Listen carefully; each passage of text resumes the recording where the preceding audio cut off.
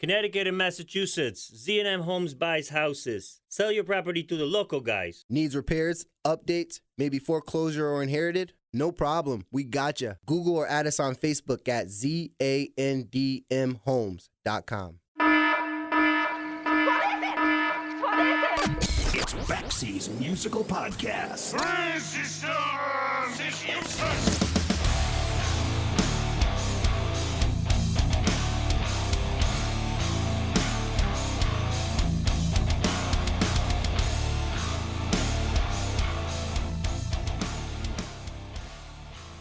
So, here's some unwanted and unsolicited autobiographical information for you.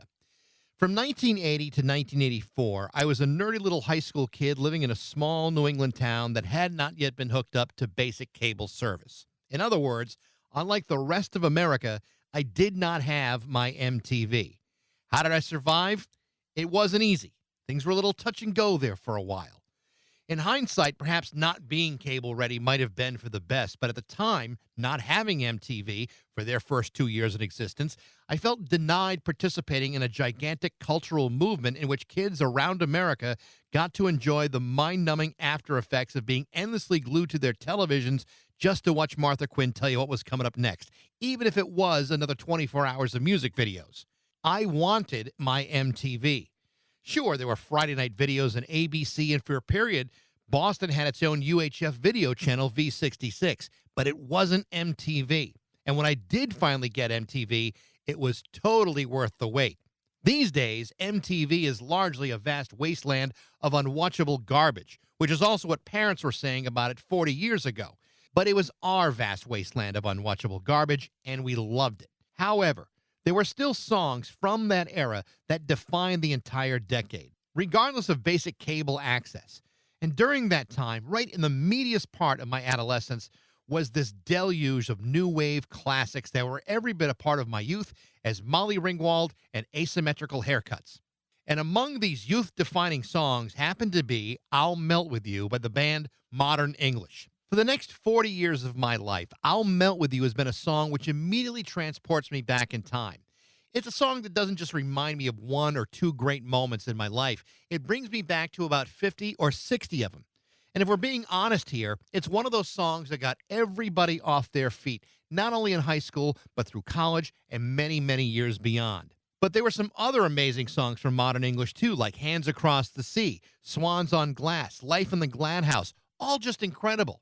But I'll Melt With You is one of the few songs from the 1980s where even the most indignantly critical person imaginable deep down loves this song. And anyone who says they didn't is probably a big fat liar. And much like the enduring magic of that song, Modern English has endured the test of time as well. This is a band that has just wrapped up their latest tour in the States. They've released a fantastic new single called Long in the Tooth, and they're about to release their 9th album called 1, 2, 3, 4 early next year. So in a very real way, I can't begin to tell you how thrilled I am to be talking with Modern English lead singer Robbie Gray. He's my guest today on Baxie's Musical Podcast.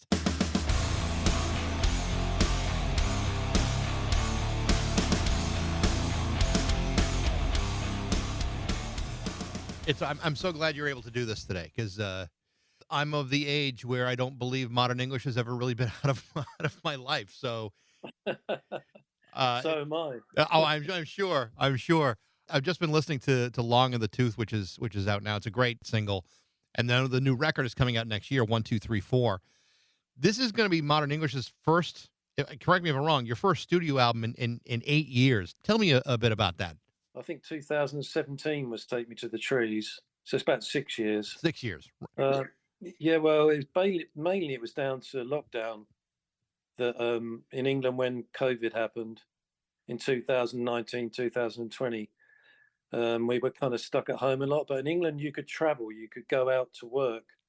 If there was 3 people or whatever, you could go and do it. And Mick's studio was only half an hour from me. So we started sending files to each other because we were stuck at home.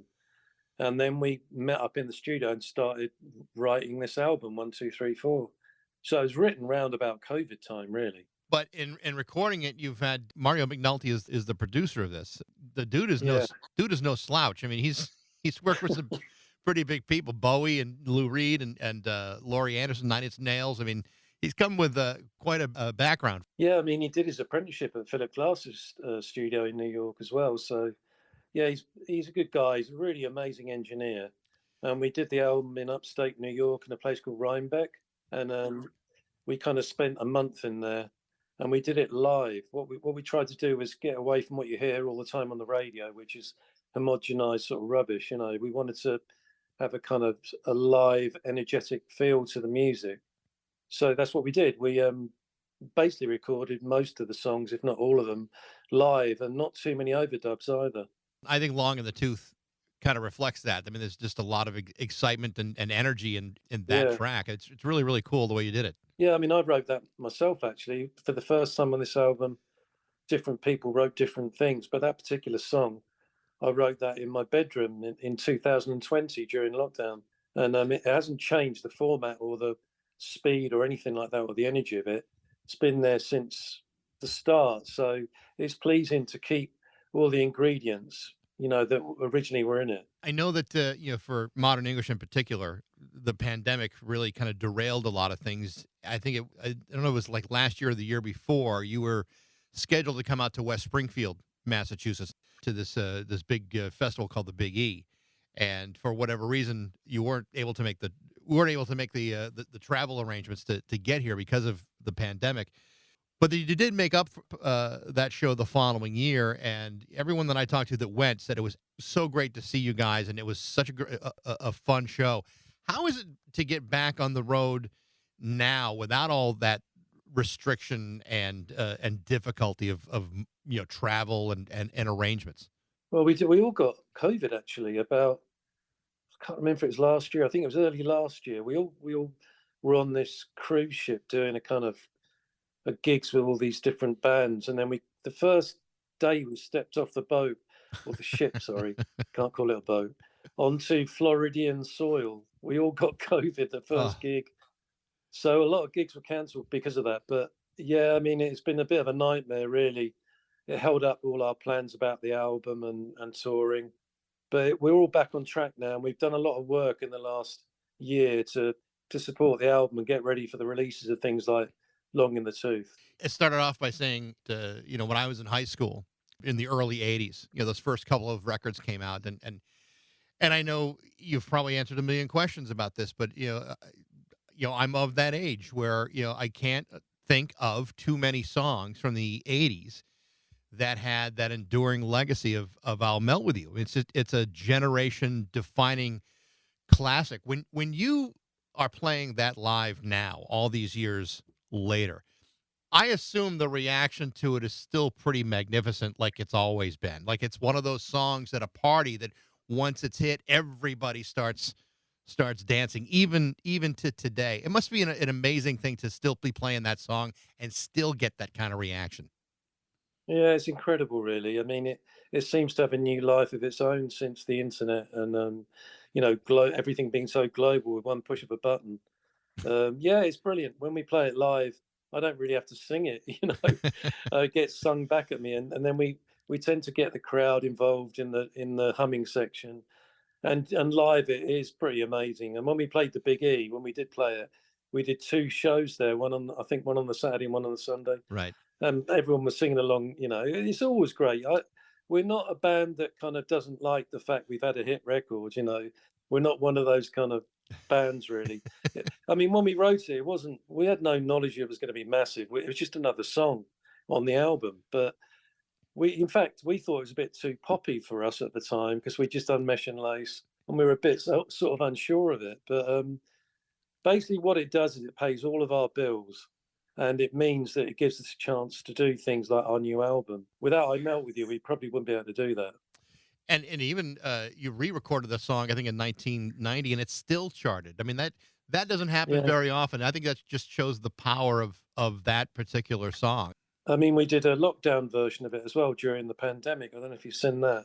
We're all in different houses, different people in different places and not on the planet.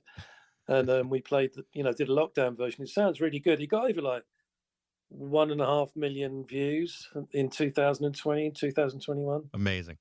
When I was reading some other interviews that you had done, and my understanding I had of it was that it took you like a few short minutes to write the lyrics. Like it was just like every great classic. It always seems to be, well, this took no time at all to write, and it winds up being the biggest song of your career. I think with songwriting, you can pretty much tell if it's happening within a 10, 15, 20 minutes.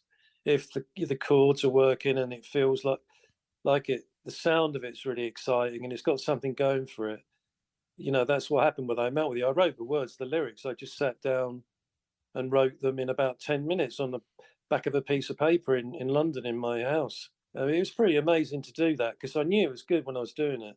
I could tell the flow of the verses and the metaphors and the sort of imagery were all really good. You know, I remember when I was listening to those songs, back in the 80s, one of the things that always struck me was like, okay, that's a great song, but there were a ton of great modern English songs. It wasn't just that one. That one seemed to connect a little bit more, but I mean, I remember falling in love with Hands Across the Sea and Swans on Glass and Gathering Dust. I mean, I loved those songs.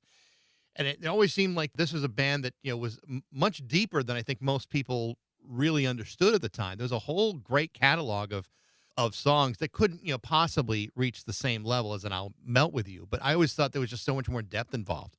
Yeah, you're right. I mean, we play all those songs you mentioned in the set. We're playing in Athens, Georgia tonight. It's Yeah. the first time we've been here, and we're playing all those songs in the set tonight. 16 Days into Gathering Dust, Swans on Glass is the encore after I Melt With You. I mean, we do try. We're playing Black Houses from Mesh and Lace. You know, we try and get our early sound in there as well because it's very important that period of time for us when we signed to 4AD and and had that they gave us a sort of 5 album deal and the scope to do whatever we wanted to do and gave us a wage. I mean, they were a really good label. Ivo Watts Russell signed us. You know, so without that beginning, you wouldn't have I Melt With You really, so or anything else. So, the early part of modern English, I think, is probably the most important period, really. When I think of like 4AD, it's interesting that you were signed to them, because when I think of 4AD, I think the Cocteau Twins or This Mortal Coil, which we were a part of, or Clan of Zymox, and all those bands. It wasn't really many people would call they were cranking out mainstream hits. When you listen to Mesh and Lace, I mean, it really does sound like a 4AD record, but there was a leap that happened between the first album and the second album. What was it that was different between the first and second? Was it just purely about Hugh Jones being the producer, or was it something more intentional than that? Well, we've never done the same thing twice. That's half our problem, really. We're always confusing our public. Um, yeah, I mean, Hugh Jones had a lot to do with it. I mean, we didn't want to record Mesh and Lace again, that's for sure. And it was a complete opposite to it. But we always wanted to use orchestration and acoustic guitars and flutes and try and do something like that. And Hugh Jones kind of showed us the pathway to that. We wouldn't have been able to do it on our own. For instance, when we first started, we couldn't really play. We were more about textures and atmosphere. That's why Mesh and Lace is more like a classical album, as pieces stuck together because we didn't know about songwriting. With After the Snow, Hugh Jones showed us the art of songwriting, really, which is a bad thing in some ways because we've never been able to get rid of it since. Because once you learn that, you can't unlearn it. But he did show us the way to craft songs, verses, choruses. Going back to I Melt With You, that's the first song that I sang on that album with Hugh Jones doing the After the Snow album. And it's the first song I'd ever not shouted on, because during all my career, I'd just been trying to put myself across with volume, And he said, just talking to the microphone. I was like, what? What's going on? So that's probably why you get that feel in the verses of Mesh and Lace. It's almost narration, really, rather than sung. So with Hugh Jones, I mean, he had a quite an extensive resume before, getting to modern English. I mean, he worked with, The Damned and Echo and the Bunnymen, the Undertones, and many, many others. How did he get, hired for that job to start working with you? Did you seek him out, or was that something that 4AD suggested you do? 4AD, I can't remember exactly what happened, but he came to a concert we did in London at the ICA, which is like an art place. It's like an contemporary art place. and it was like a underground kind of concert on New Year's Eve. And I remember he came backstage, and he was interested in doing the album, and we said to him, well, which songs did you like? He said, you haven't got any songs. but you could see the potential there, and Ivo at 4AD liked him, and we got on really well with him. He's a really nice guy, Hugh. I went to visit him, I think it was last year, in Cornwall, where he lives in England. I hadn't seen him for a long time. Still the same guy. And yeah, it was really just a marriage of Ivo probably getting a phone call, him coming to see us and liking us as people. Yeah. That's how it happened. A lot of times that that first album, is always about a band trying to find its voice, maybe using its influences to kind of inform what they do. When I still listen to that first record, I still hear influences of like a lot of Gang of Four, maybe a little bit of Joy Division, maybe some Wire in there. Tell me about that and what kind of influences were driving you. I mean, 1980 was a pretty seismic change in the way music was heading. You just came off the first 2 years of punk, and now all of a sudden there's like a post-punk type of progression there. What was it that was inspiring you guys at that time? Well, you pretty much hit it on the head there. I mean, you call it post-punk. It wasn't called anything then. It was just called music. But it was sort of punk had happened, and bands that were just starting up. You've got to remember, this was the Margaret Thatcher period. You had Ronald Reagan over here in America, but we had Margaret Thatcher, and it was a really dark period in England's history because nobody had any money. I mean, we were stealing equipment to start the band. I'd go to various sort of nightclubs and DJ places and steal microphones and things like that just to get going. And all the bands were doing that. I don't know why. It was just that point in time, Joy Division after Warsaw and The Cure, you name it, Gang of Four, like you said, who I saw just recently. And we might do some gigs with them because that would be a good double bill, I think. Oh, yeah. Yeah, that would be good. We played with them at Cruel World, and I made a point of going to see them. They were great.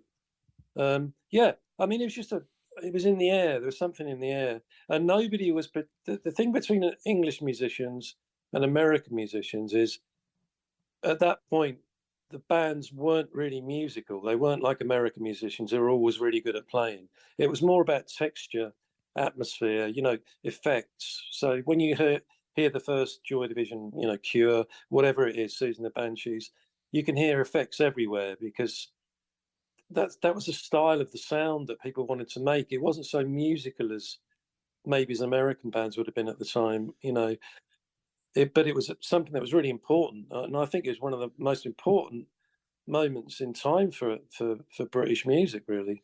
I absolutely agree. There was something that seemed to happen along the way where all of a sudden those punk bands that didn't know how to play their instruments suddenly figured out how to play their instruments and suddenly figured out how to write songs and think about things like performances and playing live. Something definitely changed in the water in Great Britain at the time, and as a result of it, you've got this this incredible pile of music from those early '80s that I mean I'm still listening to that stuff. Well, what I enjoy about it is the fact that it seems to have come sort of full cycle.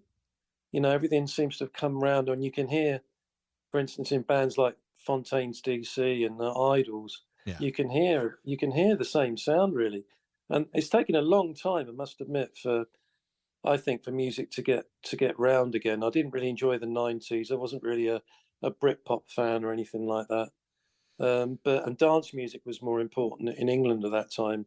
There was a big resurgence of house music and underground dance music, and that was, rock music and indie music sort of took a back seat during that period, really. Yeah. I don't think so much in America, but in England. No, we definitely didn't have that. And one of the things that we did have, that one of the great disappointments in my life is that my hometown in Massachusetts at the time did not have basic cable service. So that meant that I didn't get MTV until after I went away to college. So those first couple of years of MTV, I didn't really have access to. But the importance of MTV to not just the American music, but certainly British music at that time was pretty powerful. how do you see MTV playing a role in modern English's history? Massive. It was Yeah. massive. I mean, it was very, very new. I mean, can you imagine they weren't going to play Michael Jackson because he was black at that time? I mean, that's how times have changed. You know what I mean? Right. But back then, anyway, that our video we recorded for "I Melt with You," we did it for $1,000, Wow. and we carried all the equipment in ourselves, and we set it all up. And the flame was a Bunsen burner. It was all really cheap and tacky, and it was one of the most played videos on MTV.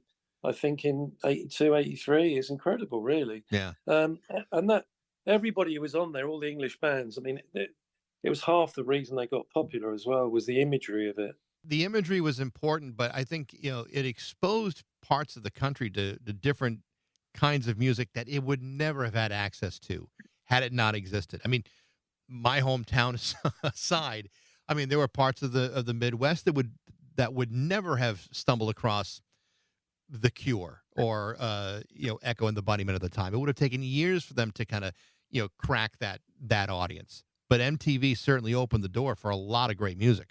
Yeah, I mean, it did, and we used to, go to MTV a lot. I actually did MTV in London for about a year as an overnight VJ. So I got kind of into that as well for a little while. But yeah, there's no doubt in the early days, it was a real massive influence. It really was. And you could get to see the people that were making the sound you heard on the radio. Because, for instance, "I Melt with You," it was, I don't know how it happened, but one of the major stations, when there used to be major radio stations all over the different cities, picked up "I Melt with You" on import. It wasn't even released, and started playing it on their radios. Then, about like wildfire, all of a sudden, all the major radio stations were playing it. Yeah. And it wasn't even released. This is the truth. And then Seymour Stein from Sire Records, who'd signed everybody to Depeche Mode, you name it, every English act. I think he just thought, if I buy them all, we'll see one of them will work. And we signed with him eventually.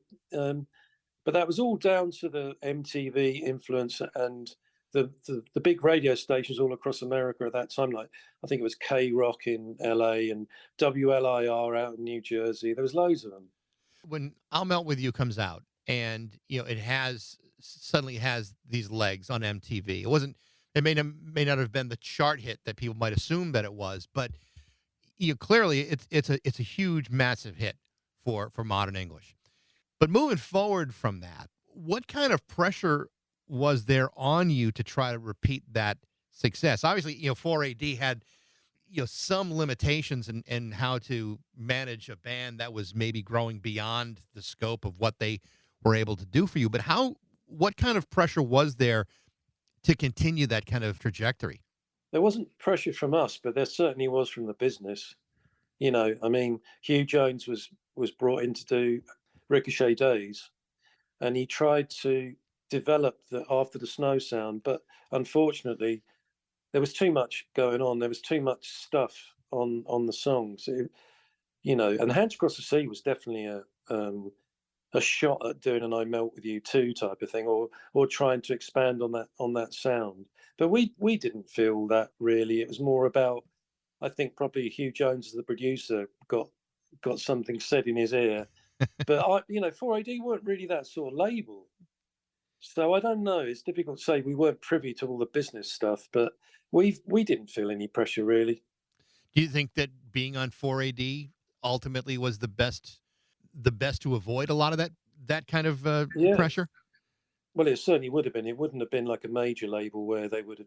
That's exactly what they would have wanted. Another "I Melt with You," and we couldn't do that anyway. You can't really sit down and rewrite a song and try and do it again. It just doesn't work like that. And if you get found out as well, people don't like it. People don't respect you for it, don't understand what it is. And "Melt with You" is a one-off. One of the other things that I read about, and we don't really have a lot of context here in the States, other than maybe MTV. But even in MTV, I think is very different than this. But you guys did at least 2 sessions with John Peel at the BBC. The importance of John Peel's stamp of approval for a lot of artists really weighed quite heavily, and in very real terms, he changed the course of music in a lot of ways. Tell me about the experience of doing those sessions and about the importance of John Peel. I've got some funny stories about that. Well, to start with, he was really important because there was no such thing as alternative radio then. It was all, bumbling DJs laughing and joking with each other, during the day.